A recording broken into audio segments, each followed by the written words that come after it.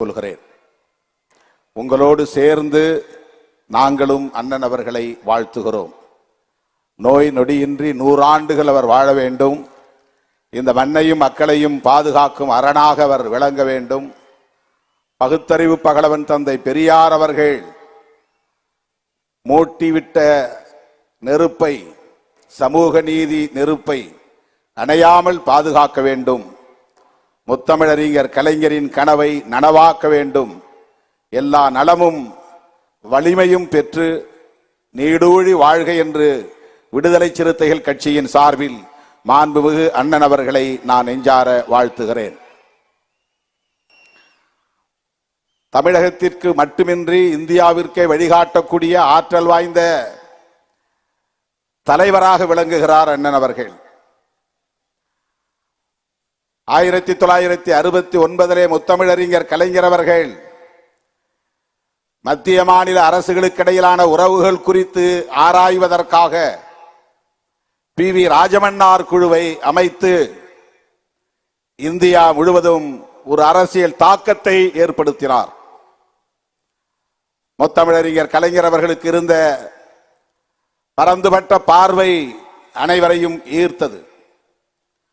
மாநில முதலமைச்சர்களுக்கு இருக்கிற வழக்கமான பார்வையை தாண்டி மாநில உரிமைகள் தொடர்பான விரிந்த பார்வையை கொண்டவராக விளங்கினார் முத்தமிழறிஞர் கலைஞர் அவர்கள்.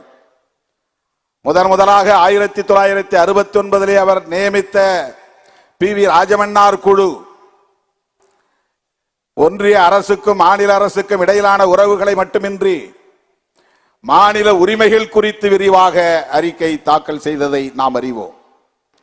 அதைப் போல இன்றைக்கு மாண்புமிகு முதலமைச்சர் அண்ணன் தளபதி அவர்கள் இந்தியாவிலேயே வேறு எவரும் சிந்திக்காத நிலையில் முதலாக நாடாளுமன்ற தொகுதிகளுக்கான மறுவரையறை சுட்டிக்காட்டி தென்னிந்திய மாநிலங்கள் இதனால் பாதிக்கப்படும் என்கிற எச்சரிக்கையை விடுத்திருக்கிறார்.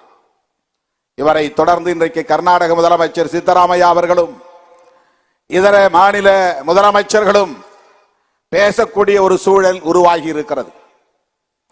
முத்தமிழறிஞர் கலைஞர் அவர்களை போல அகில இந்திய அளவில் அரசியல் தாக்கத்தை ஏற்படுத்தக்கூடிய ஆற்றல் வாய்ந்த தலைவராக விளங்கும் அண்ணன் அவர்கள் நீடூழி வாழ வேண்டும் என்று நான் மீண்டும் ஒருமுறை வாழ்த்த கடமைப்பட்டிருக்கிறேன்.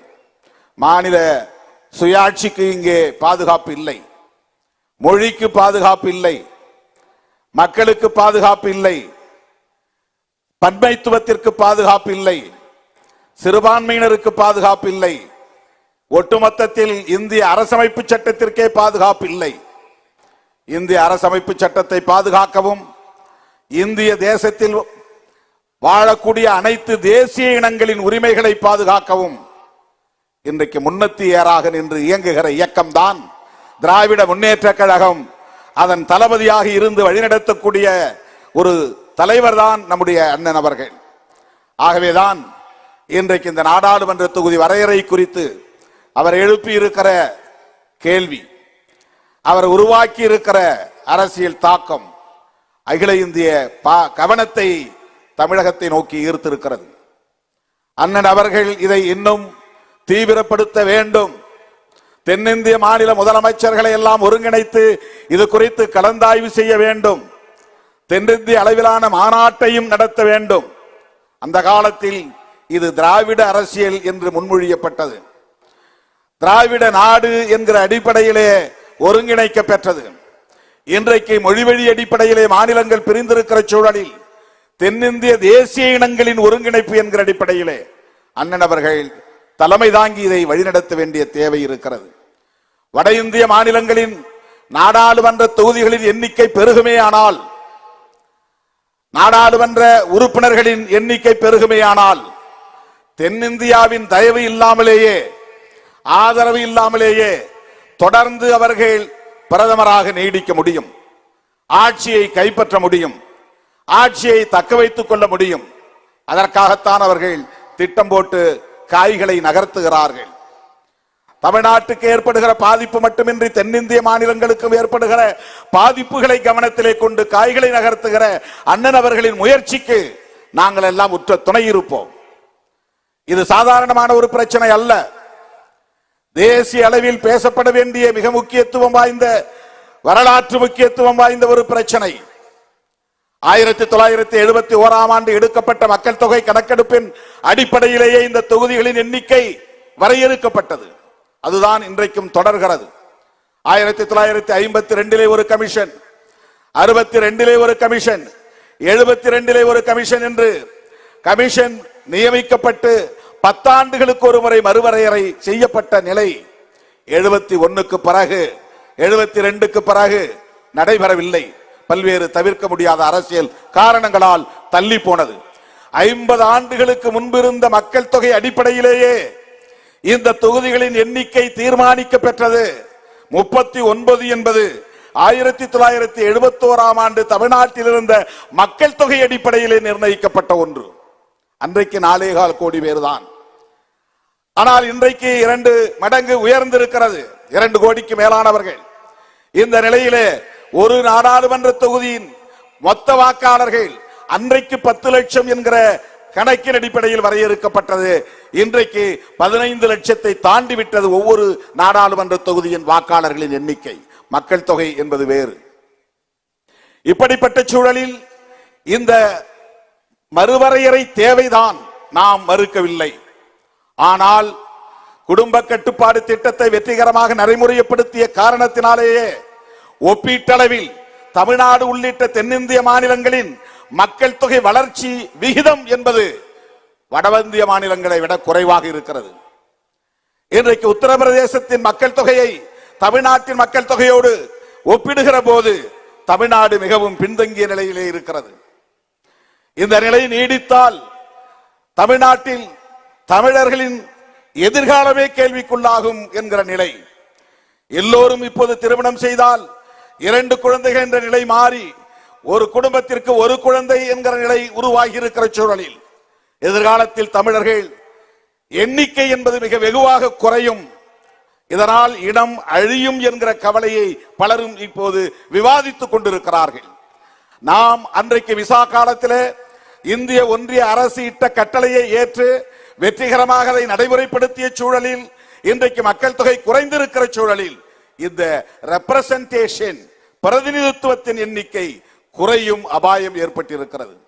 நம்முடைய பார்லிமெண்டரி டெமோக்ரசி என்பது ரெப்ரசன்டேட்டிவ் டெமோக்ரசி என்பதுதான், மக்கள் பிரதிநிதித்துவ ஜனநாயகம் இது. எனவே இந்த தொகுதிகளின் எண்ணிக்கையை உயர்த்த வேண்டும் என்பதில் நமக்கு மாற்று கருத்தில்லை. ஆனால் இந்தியா முழுவதும் ஒரே அடிப்படையில் இந்த உயர்வு இருக்க வேண்டும். மாண்புமிகு முதலமைச்சர் அவர்கள் இதை முன்மொழிய வேண்டும். எல்லா மாநிலங்களுக்கும் சராசரியாக 20% இடங்களை உயர்த்தலாம் என்கிற அடிப்படையில் ஒரு ஆலோசனையை வழங்கினால் நம்முடைய எண்ணிக்கை கூடும், எல்லா மாநிலங்களிலும் அது பொருத்தமாக அமையும் என்கிற ஒரு வேண்டுகோளை வைக்க நான் கடமைப்பட்டிருக்கிறேன்.